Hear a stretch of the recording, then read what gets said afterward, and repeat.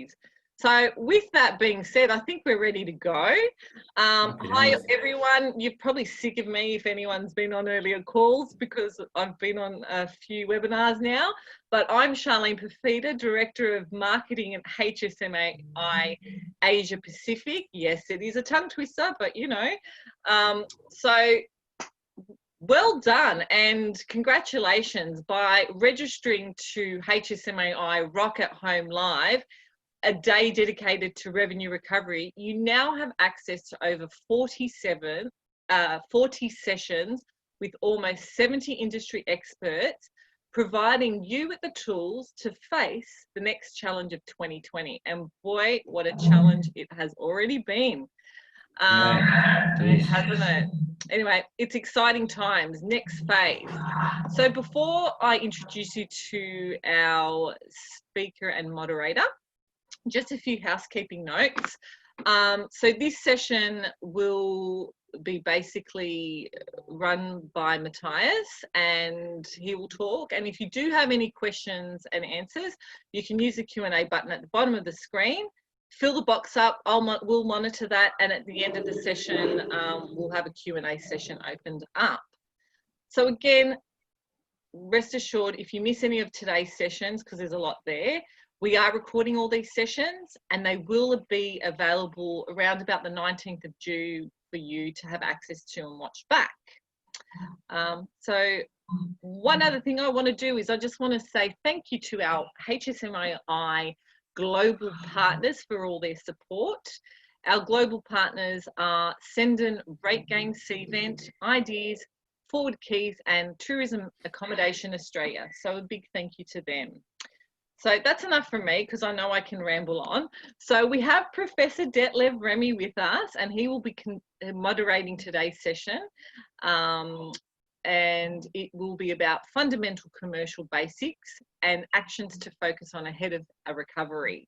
So with that being said, I'm going to hand over to our resident revenue guru, Director of, I'm going to let you say it, Matthias. Nuvho Hotels, Matthias Dybing. So enough from me, over to you guys.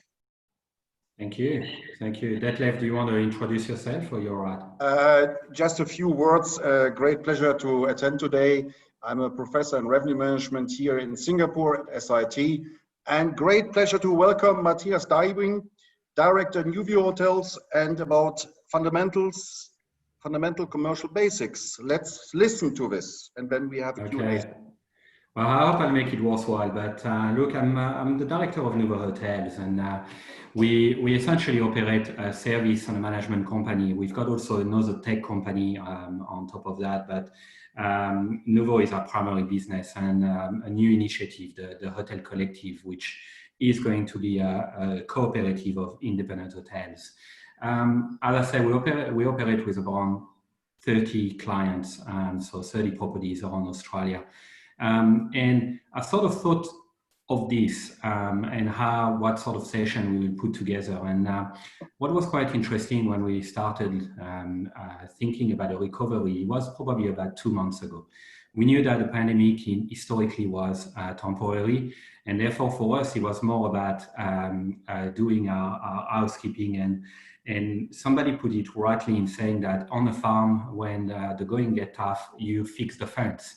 And ultimately, it was a good opportunity to sort of reset. Your historical data doesn't mean anything at the moment. You probably already found that out. And so it's all about the future and it's all about trying to predict what may happen. And when I think about that, it means that you need to go back to the basics. You need to go back to the fundamentals of how you should set up your business. What are the key important things that you need to focus on to come out of a recovery better than your competitors? And I mean that.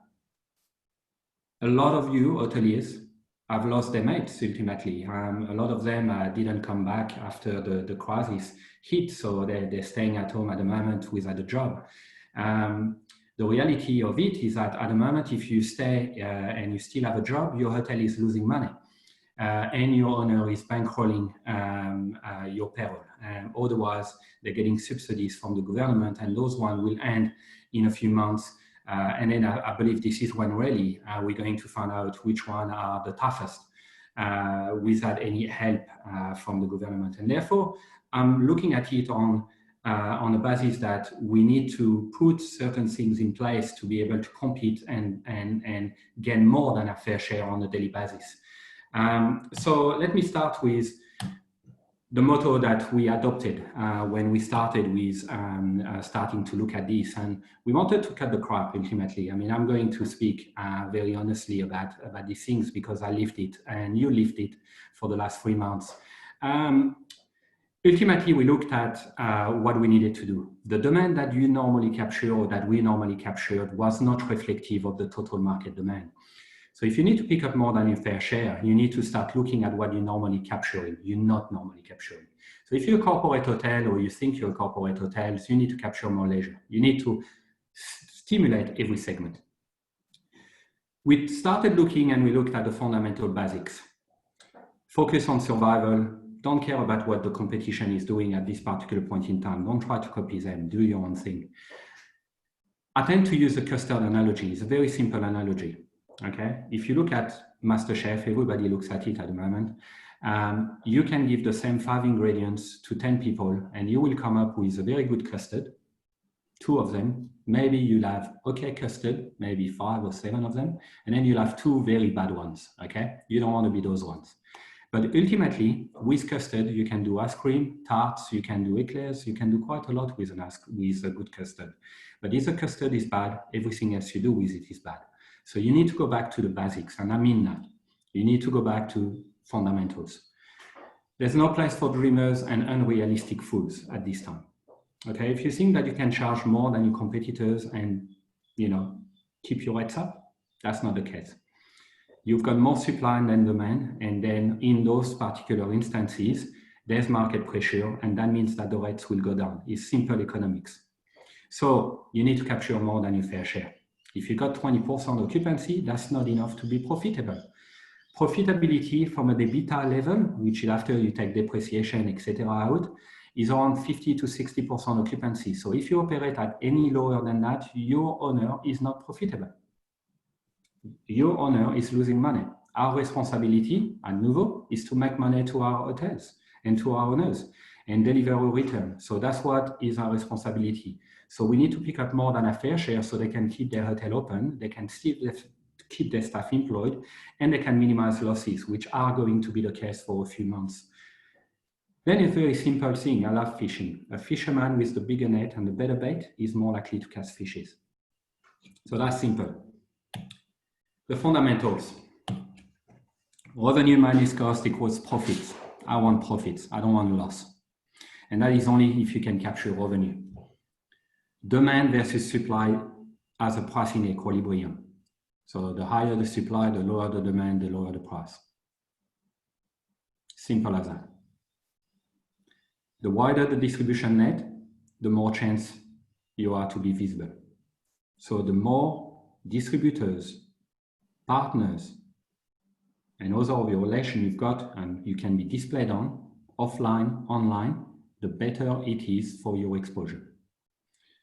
Then it's about debate. Good value for money is a very simple equation, value for money. Quality divided by price.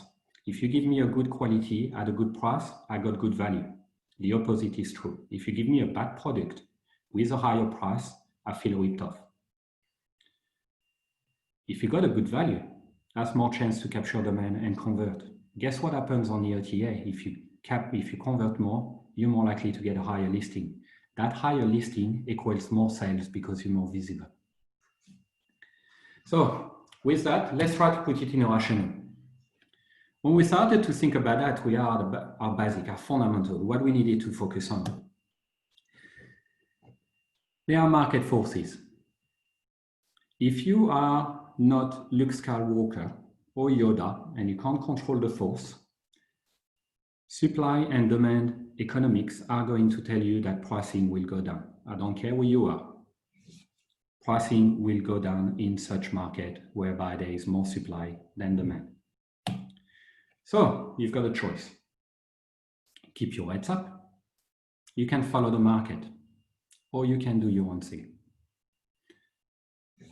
So let's investigate.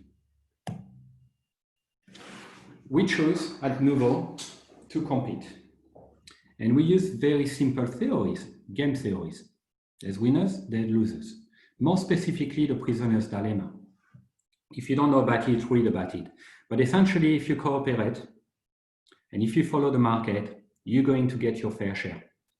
If the market is at 20%, but you need 50 to 60% to be profitable, and you get your fair share of 20%, you are not profitable. You owners is hemorrhaging money. You might not be employed, because from that, there are few scenarios. We choose to defect. From our point of view, we need to compete. We need to not follow the competition. You need to deviate. When somebody tells me to keep my rates up, I was trying to find an analogy. And I was thinking, what does it mean when they say keep your rates up? You know, it's like I've got a bunch of hotels that haven't eaten for weeks. Essentially, you haven't got many bookings. You were closed for some of you. Others were operating on single-digit occupancy, probably are still. And so you're telling a crowd of very hungry people to say, no, actually, you know that small one over here, that small booking there. No, wait for the bigger one. Wait for the one, the person that will book the bigger rates. Well, guess what happens if you don't eat? So the person that tells you to keep your rate up has no idea of your business, ultimately. So they're happy for you to lose money, they're happy for your owner to bankroll, and we will tell you keep your rates up. Well, I'm sorry, that's what I like to do in this market. Technically, you need to go and steal that money away, those bookings away from your competitors. And we very think about it very simply. If there are 150 people in a market looking for accommodation and I've got 150 rooms, I want them in my hotel. And I'm not saying that I'm going to discount galore and do all this. No, it's about price positioning and it's about value for money for the consumer. And guess what happened? You will then get more media coverage. If you start converting on the OTAs, if you start converting, you generally will end up making them more money. They will lift you up. And why is that important? Because the people with the better bait and the bigger nets get more fish. It's as simple as that.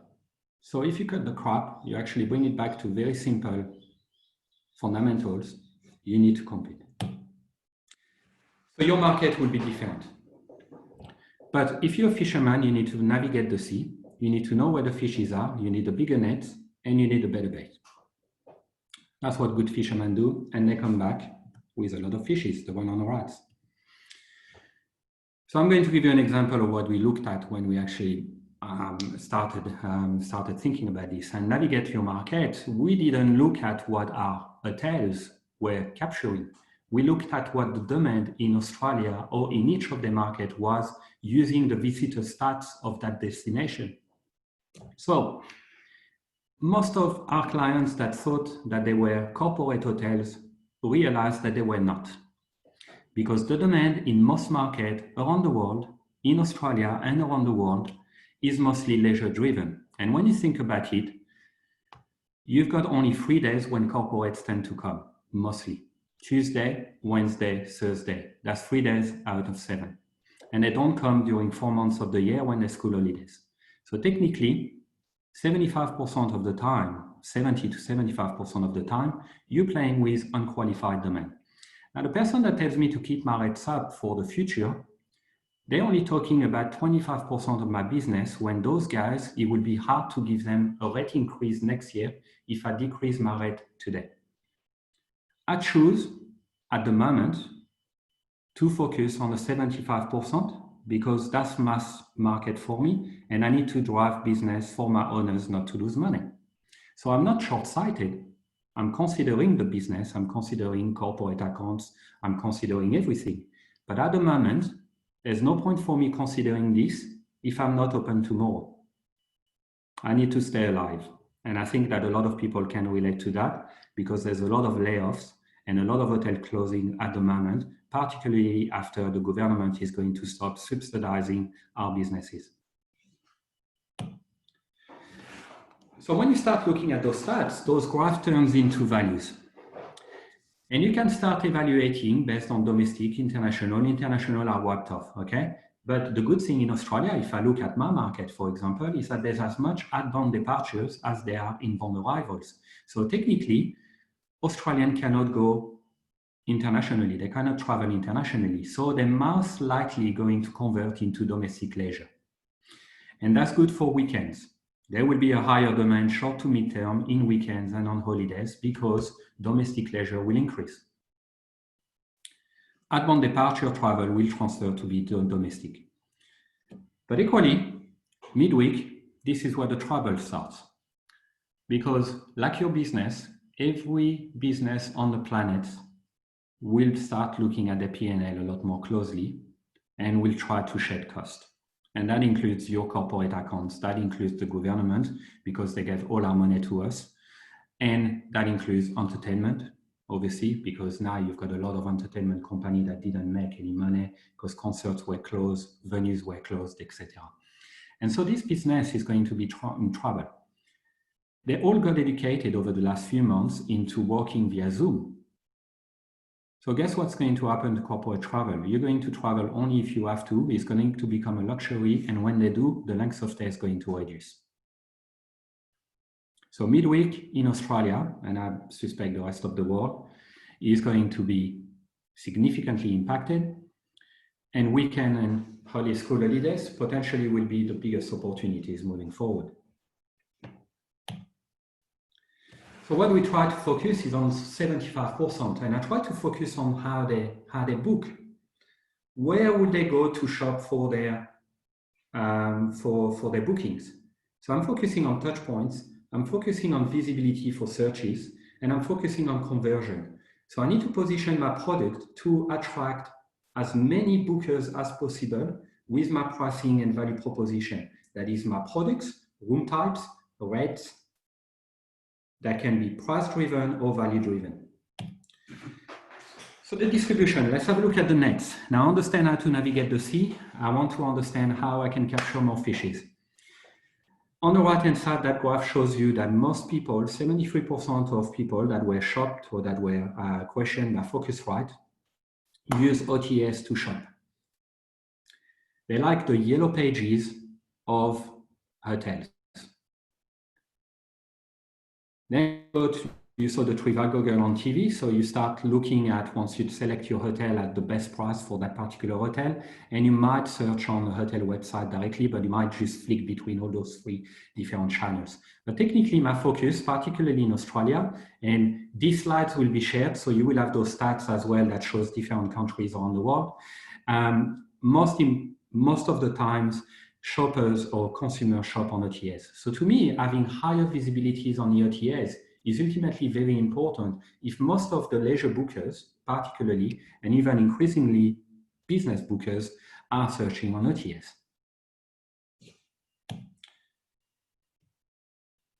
It's also where consumers will define their value for money. So that goes back to the keep your rates up scenario. If I go on an OTA, and I do it, I book on the OTAs because sometimes it's easier, you will go and you will start looking at a range of product. And that range of product will be priced between, let's say, $150 to $200. Any hotel price at $250 don't even come under my radar. Technically, I define my willingness to pay at that point. $150 to $200 is my range. $175, if I get a good product, is probably what will convert me. So therefore, I need to somewhat position my hotel within price points which are going to be within that range and which offer, based on my product, higher value for money than my competitors. So I can convert them. I can align willingness to pay with the value proposition, and I'm more likely to convert. But there's a little bit more to it as well.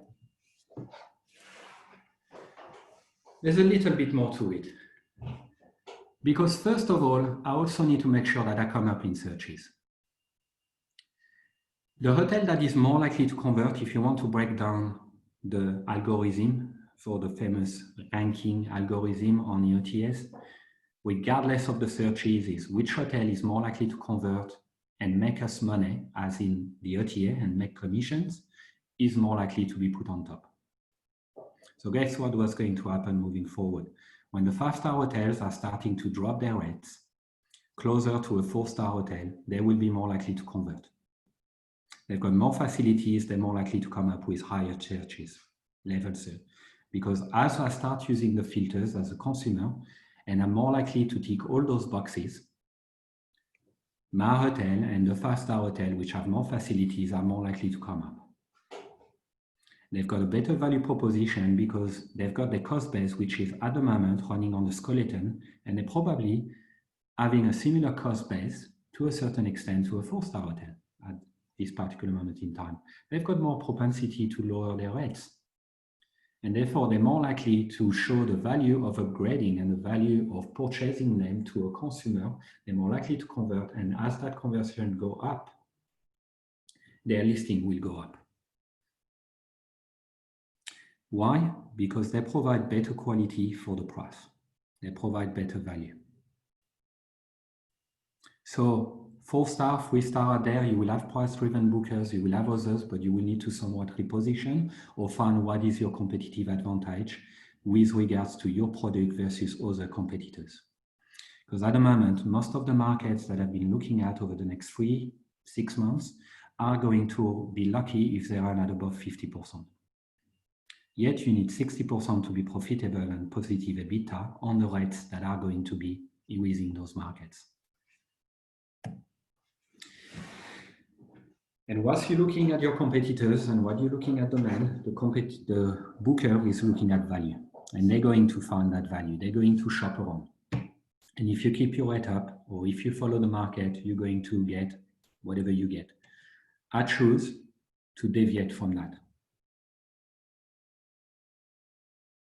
And we've done it, and it worked. I've been looking at very strong RGI for our hotels. We're looking at hotels that a couple of them operating at 60% for June. Australia have been relatively lucky where the restriction have eased, but ultimately we're operating 3 times higher than our competitors. Why? Because we're stealing demand from them. We don't follow them. We don't keep our rate up necessarily. We offer value for money, but we're not doing it foolishly. We're not discounting. You see, you need to understand how these things work. If you think about total demand, there will be price-driven bookers and value-driven bookers. Generally, people that stay longer have more propensity to upgrade. So if you've got your increments between room type well positioned to encourage organic upgrades, you can hook them with a lower price point, which will influence your listing on the OTAs because you're more likely to convert over others. However, you can play around with showing them value of upgrading. It's the typical, when you choose your iPhone, you've got your 12, your 16 gig, your 32 gig, your 68 gigs. You end up buying the 68 gig because they're better value, more storage, speed, whatever it is that you find that is more valuable to buy that. You need to start using decoy pricing. You need to start using those little tactics to be able to attract different type of bookers. The ones that are more likely to upgrade, the ones that are more likely to book a price point. So the actions. Focus on exposure and consumer touch points. Establish new relationship and partnerships. Work with your sales team, your marketing team, the revenue team. They're not 3 different people. They're one and the same. They don't need to work in silos. You need to work together there to try to convert and establish more relationship. If Luxury Escape come knocking at your door, do it. They drive incremental business at this particular point in time. If the OTAs are asking you to participate to programs, do it. Because if you don't do it, competitors will, and they will get that visibility. If you can establish new partnership with offline and online agents, do it. It's the time to work with people you didn't want to work with in the past because you thought that you could perform without them. At the moment, all those guys will have niche segments because they've been able to compete with the juggernauts that are Expedia, Booking.com, many others, and they stayed in business because they had a niche market. You want all of those niche markets combined together at the moment. Speak to your OTA partners on how you could increase exposure on channel. Actually turn it upside down. Speak to them about how could you generate more commissions for them. They will tell you this is what they've been on the phone non-stop, asking you to improve your content, asking you to participate to program, to give them special offers. Do it. It's about competing and converting at the moment. It's short lead. Somebody told me, oh yeah, but what about the brand positioning? What about rate versus product? And my analyst, Raleigh, came up with a very simple answer. Positioning or perception is no good if you're dead, if you're not open. At the moment, it's about survival. Your owners is leveraging money. You need to cover the cost to make a profit. Improve your content and do the basics. I'll give you a simple example. In Australia, the biggest tick box or the biggest filter is air conditioning when it comes to facilities. If your hotel profile doesn't have air conditioning ticked on booking.com or Expedia, you will not come up in that search. Start ticking boxes. So fix the fence, go through the basics of auditing your content and making sure it's up to scratch based on the facilities you offer. Invest in marketing with a defined ROI. You need to start marketing your product. You need to spend a little bit of money to make a little bit more.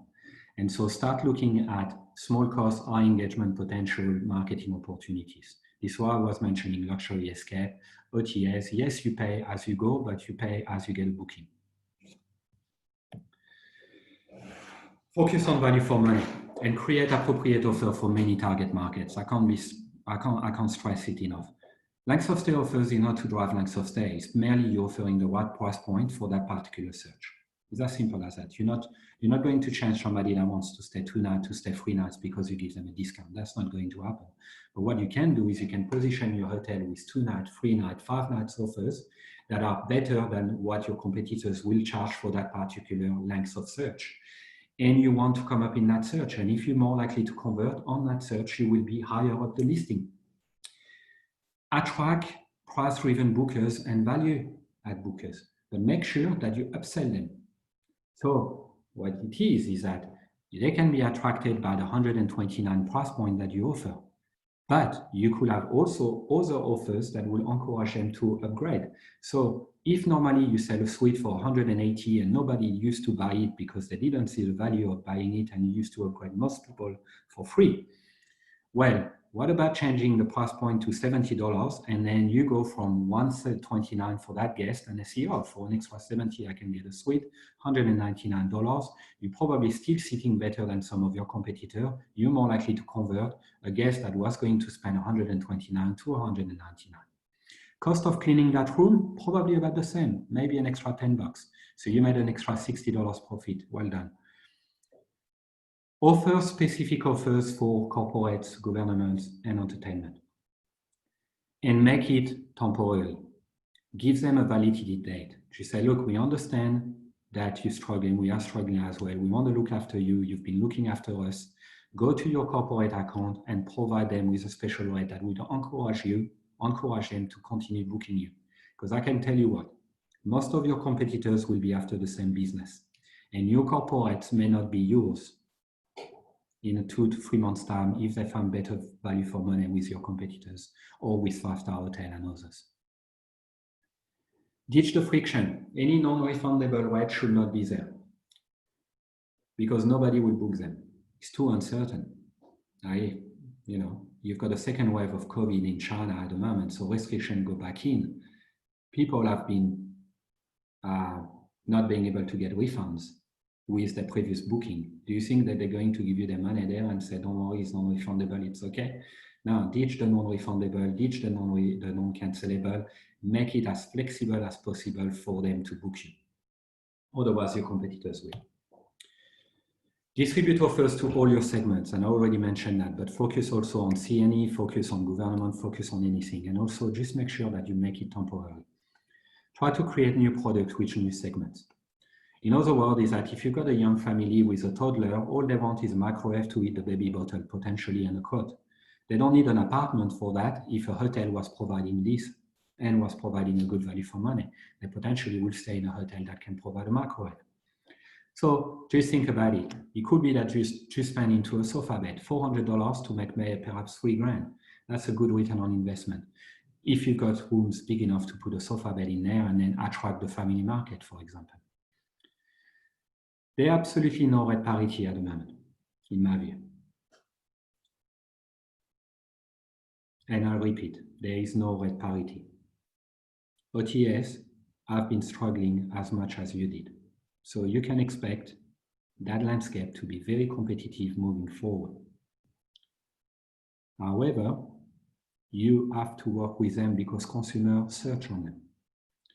But make sure that any lead that you get, because you will get them, people that search on the TS, select 2 to 3 hotels, go and saw the Trivago girl on TV and choose to go to the hotel website to find out if they can get a better deal or pick up the phone. It is your responsibility to have the best unreal offer to convert them directly. So use the OTS for what they are, lead generator, marketing platform. Don't think about the commission. Use them to get visibility where consumers search, but try to convert as many bookings direct if you can. And that's me. I'm happy to take questions now.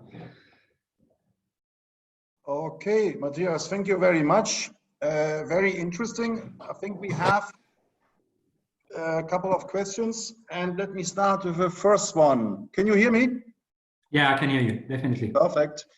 Does matching the pricing with 4-star hotels will not impact 5-star hotels' pricing integrity? As the expenses of 5-star hotels are heavier than 4-star hotels typically, right? This is one of the questions. They are typically, but what you will find is that when normally they are typically higher, the gap between a 4-star hotel cost base and a 5-star hotel cost base has reduced. So let me put it this way: before it used to be here, now it's probably around there. Why? Because those 5-star hotels had to do exactly, everything that a 4-star hotel had to do. They had to reduce their cost base. They had to shut down their facilities, F&B, for example, or otherwise when they reopen with the same restrictions in terms of number of people than you can have. And so therefore, when you start thinking about fixed versus variable costs, most of your variable costs relating to labor these days are pretty much fixed. And that happens at the 5-star and at the 4-star level, where you probably got similar number of staff when it comes to checking people at the reception. So when I'm actually looking at this, I'm thinking that as a cost base, the gap has reduced. And therefore that gives more propensity now for 4-star to align for 5-star hotels to align with a 4-star hotel. There will still be expectation, differentiation. So I'm not saying that it's going to be the same. I'm saying that it's going to be very similar. And therefore, from a price point perspective, you will see that 5-star hotel will close the gap when it comes to where the 4-star are listed and are positioned. And the consumer will see that based on their budget and based on that range that they see on the OTAs, or you can get 129 or you can get 199, they will see that they could potentially get a 5-star hotel for 160 as opposed to the 140 they were able to pay, they wanted to pay, and that was their budget. And they're more likely to do the effort of upgrading. And so therefore what you will find, and it's typical, if you go to STR and if you start having a look at the different class, you will find that the 5-star market, luxury, tend to perform much better than any other class when it comes to a market where you've got more supply than demand. Okay, thank you very much. There's another question coming up. There's a question: do you have any chance you have a Japan market booking channels percentage age mix?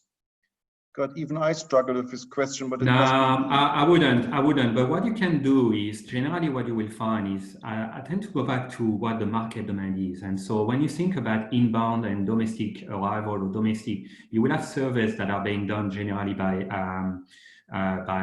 visitor centers or otherwise by the government in general, where you fill in that form when you land somewhere, and that form is also used to present stats, tourism stats. So go back to the tourism stats and have a look for Japan, for example, and have a look if there is any research that has been done on the Japanese market and whether or not you can find the information you seek. It's very hard to pinpoint demographics. Generally, you can also go back to your property management systems and have a look, the typical sort of red postcode that you used to get.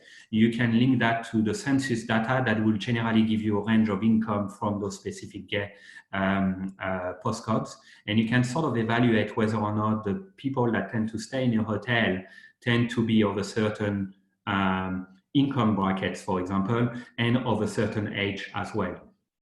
So you can find the information, but you will need to dig it through. I don't have it for you for the Japan, I'm afraid. Okay, thank you very much. I think Charlene wants to bring up a question. Correct, Charlene?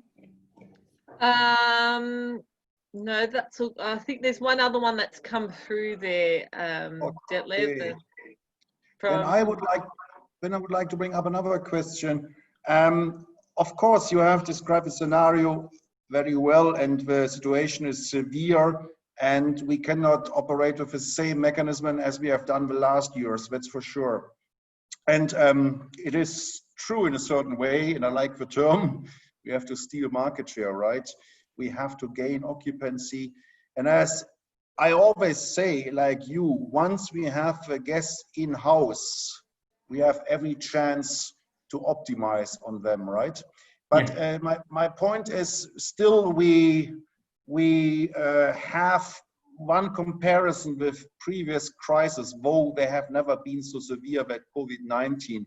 And they say, based on scientific research, those hotels which brought the price down, you know, I try to avoid the term discounting, but more or less it's the same. They brought the price points down.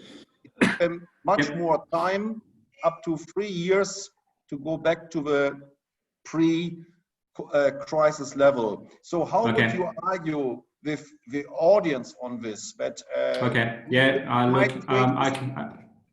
I can argue that, Lev. I can actually argue, and I'm just going to go back to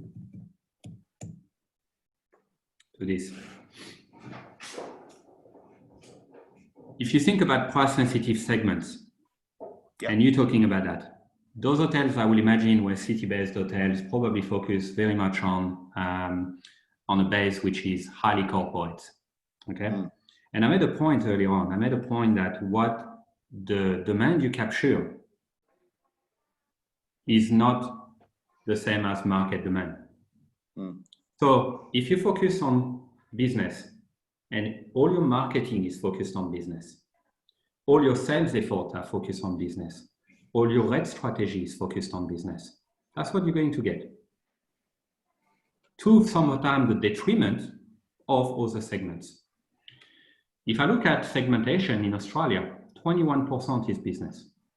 So technically I need to deal with my price points and I need to be careful of those price points with 21% that I can control. This is what I was saying, when you contact those corporates, just make sure that whatever you offer to them, and that's what we did, was temporary. It was based on a certain period. Until the end of the year, we're going to give you that static rate as a special, and it's only valid for booking made up until September. I don't know what's going to happen in 3 months, but I know I can control those things. And I know that based on the announcement of the government that were always temporary, I know that the consumer, and I know that therefore the procurement manager has been used to every of those measures around COVID being temporary. So let me focus on the other one now. Let me focus on the visitor, friend and family and holiday market. One day, you offer your rate at $100. The next day, there's an event in the city and it's $300. On normal situation. Do you think that's going to change? If there is demand, the market will lift it because they all use dynamic pricing. But what I'm saying at the moment is that the market will go down because everybody is going to start stealing share from one another. You cannot control that. unless you call Luke Skywalker, Yoda, and you can control the force. I'm sorry, market pressure are going to be stronger than your business. It won't happen if you collude with others and create a cartel of hotels that will say we will maintain price. Unfortunately, that's illegal for good reason because the consumer loses. So what I'm saying is that dynamic pricing and demand, if there is more demand than supply, on those days, the hotel will start lifting their pricing with the market. If I know that there is a concert that's going to fill the city because COVID started again, etc., and it's already happened, I've got hotels in the Hunter Valley, one region, 2 hours from Sydney. The next 5-6 weekends will be full. So therefore, what is the market doing? We're charging $400 a night for the Saturday with a free night length of stay minimum. So what I'm saying is that the consumer has already been educated to go and search on online travel agent, and one day the range will be low, 100 to 200. The next, it will be very high, $300 to $500. And this will define the willingness to pay for that particular consumer in that particular moment, in that particular context, and for that particular length of stay or their search. And therefore, dynamic pricing will actually allow us to come out of it as a market and to start pushing the pricing up. The only thing I need to worry about is the segments, the companies, the PCOs, or otherwise the government agency I've got contracted rate with, where I need to be a little bit more careful when it comes to the discount level that I'm giving you. Absolutely. Yeah, I couldn't agree more with you on this. And you make the remark, which I can just support. It's about to fence the product offers, to fence it and put their time frame on this. That's for sure. And we have to differentiate. I absolutely agree between the different segments. Leisure is a different story. We see it in the European hotel market where demand goes. Some regions, some destinations rocket high as people have a freedom to go and go for leisure trips. So, and there is a level of education where customers accept this price ranges or price variability. Corporate and government is a different story. Yeah, I would say there are no more questions here. Thank you very much. Great session. Thank you very much. Back to Charlene. Thank you guys, very much, all the slides, I think the slide will be shared, Charlene. I want to make a last point as well. We've got people around the world here. Every of your market will be different, particularly now because you're reopening at different stages. And so just make sure that what I mentioned is not taken as a gospel. You need to go back to the stats, but don't necessarily look at your historical market segmentation. Look at the total demand in each market and try to navigate this and create products. Don't discount for the sake of discounting. Just position your product, and you've got multiple products to play with. Rates, you've got room types. And so try to look at price-driven offer, value-driven offer to capture that, but also be very specific about the outcome you want from your strategy. And upsell, upsell, upsell. If you've got one guest, your responsibility is to convert them with more products. That's all. Fantastic. Okay. Well, thank you so much for your time, Matthias and Dr. Remy, Detlev. So thanks for joining in, guys. That's it from me as a host. We do have 3 more sessions coming up for you to view from the Asia Pacific region. We've got calculate your NPS score versus your competitor set, and that's coming up by Shannon Knapp and Jackie Douglas. So that's a pre-recorded session, as well as a video from Dr. Janelle McCauley about command your mindset. And last but not least, we've got our beloved Dr. Detlev Remy also, and he's got a video about restaurant revenue optimization planning. So be sure to watch those either now or later. As Matthias said, most of the presentations will become available, and all the sessions are being recorded. So the recorded sessions will be available to you from the 19th of June. So you will receive an email about that, or just hop back onto the ROC at Home website and go to the schedule and you'll see the replay button. So thanks again, guys, and have a wonderful evening, morning, afternoon, wherever you are from around the world. And from here, from us, good night. Bye. Bye. See you later. Take care. Bye, guys. Bye.